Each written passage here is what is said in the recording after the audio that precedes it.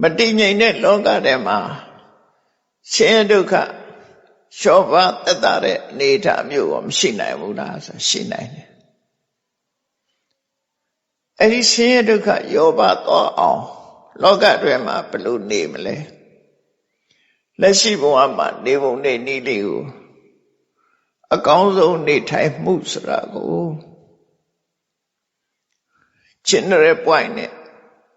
မြတ်စွာဘုရားဟောထားတာလေးရှိတယ်ကိုယ့်ဘဝမှာမတည်ငြိမ်တဲ့ဘဝကြီးမှာအကောင်းဆုံးနေမယ်ဘယ်လိုနေမလဲ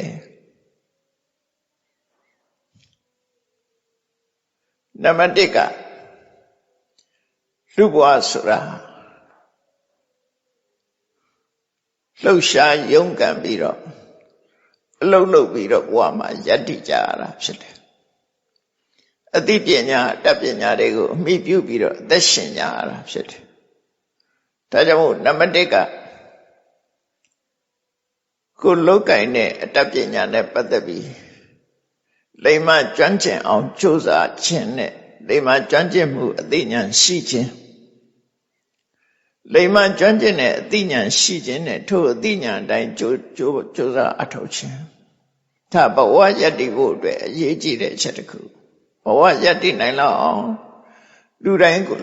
အသိပညာရှိရမယ်ကြိုးစားအထောက်မှုရှိရမယ်အဲ့ဒါမှဘဝမှာယက်တည်နိုင်မယ်ဘဝကိုယက်တည်ဖို့ရအတွက်အသိပညာနဲ့ကြိုးပမ်းအထောက်မှုဒါလောကမှာနေလို့ရှိရင်အသိပညာရှိရမယ်ကြိုးပမ်းအထောက်ရမယ်ဒါနံပါတ်1အချက်နံပါတ်2အချက်ကတော့ကိုကြိုးစားအထောက်လို့ရရှိလာတဲ့ဥစ္စာတဏအခွင့်အရေးတွေကိုအလုံးနဲ့မျှဝေခံစားရမယ်လောကမှာ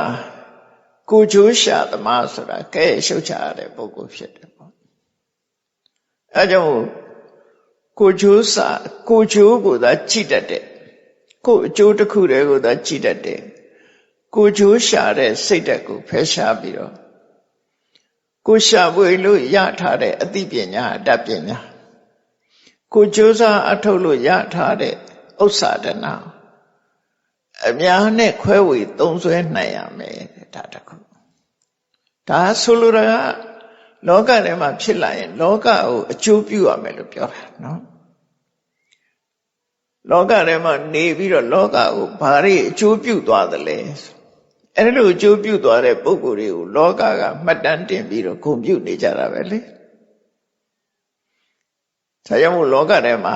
လောကကြီးကိုအကျိုးပြုသွားတဲ့ပုဂ္ဂိုလ်တွေရှိသလိုအကျိုးမပြုတဲ့ပုဂ္ဂိုလ်တွေလည်းရှိတယ်ဖြည့်ဆည်းသွားတဲ့ပုဂ္ဂိုလ်တွေလည်းရှိတယ်အဲ့ဒီမဲ့လောကအတွင်းမှာအကောင်းဆုံးနေခြင်းလို့ရှိရင်နေတယ်ဆိုတာလောကအတွင်းမှာနေထိုင်တာဟာလောကကိုအကျိုးပြုတဲ့ပုဂ္ဂိုလ်ဖြစ်ဖို့လိုတယ်ဒါကဒုတိယအချက်တတိယအချက်ကပါတော့ဆိုအဟတောအထလာပြီသူလို့ဆိုပြီးကိုကြိုးစားအထုတ်လို့ကိုယ့်ရဲ့အသိပညာကိုယ့်ရဲ့ကြိုးစားအထုတ်မှုကြောင့်အောင်မြင်ကြီးပွားလာလို့ရှိရင်လူတွေဟာပဝေမြဲပြီးတော့အောက်ချိတ်လွတ်သွားတတ်တယ်အဲ့ဒီပဝေမြဲခြင်းအောက်ချိတ်လွတ်ခြင်းဆိုတာလောကလူတွေရဲ့မုန်းတီးရွံ့ရှာမှုကိုခံရတယ်ဒါကြောင့်မို့အောင်မြင်ကြီးပွားလာတဲ့အခါမှာဘဝမြင်ခြင်းအောက်ခြေလွတ်ခြင်းမရှိဘူးတည်ငြိမ်တည်မတ်စွာနေဖို့ဒါဟာအရေးကြီးတဲ့တတိယအချက်ပဲဖြစ်တယ်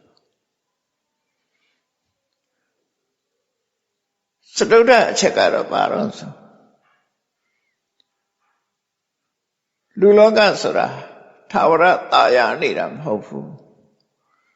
အဆိုးနဲ့တွေ့တဲ့အခါရှိတယ်အောင်မြင်တဲ့အခါရှိတယ်လို့ကြာဆုံးတဲ့အခါရှိတယ်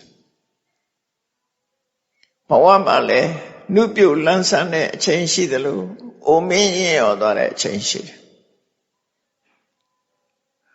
ဥစ္စာဒနာကြွယ်ဝချမ်းသာတဲ့ အချိန်ရှိသလိုဆင်းရဲမွဲတေသွားတဲ့အချိန်ကလည်းရှိတယ်စိတ်ချမ်းသာကိုယ်ချမ်းသာနဲ့ကြုံရတာရှိသလိုစိတ်ဆင်းရဲစရာတွေပြဿနာတွေနဲ့ကြုံတဲ့အချိန်ပိုင်းဆိုတာလည်းရှိတယ်အလုံးကဝိုင်းပြီးတော့ချီးကျူးကြတယ်မြောက်စားကြတယ်ဆိုတဲ့အခါရှိတယ်လို့ပဲအလုံးရဲ့တတွေးခွက်မှာပက်လက်မျောပြီးကဲ့ရဲ့ခံရတဲ့အခြေအနေမျိုးလည်းရှိတယ်လောကထဲမှာနေတဲ့ပုဂ္ဂိုလ်တိုင်းဟာလောကရဲ့သဘာဝလို့ဆိုတဲ့အကောင်အဆိုးလောကဓာတ်မျိုးနဲ့ကြုံတွေ့လာရမှာဖြစ်တယ်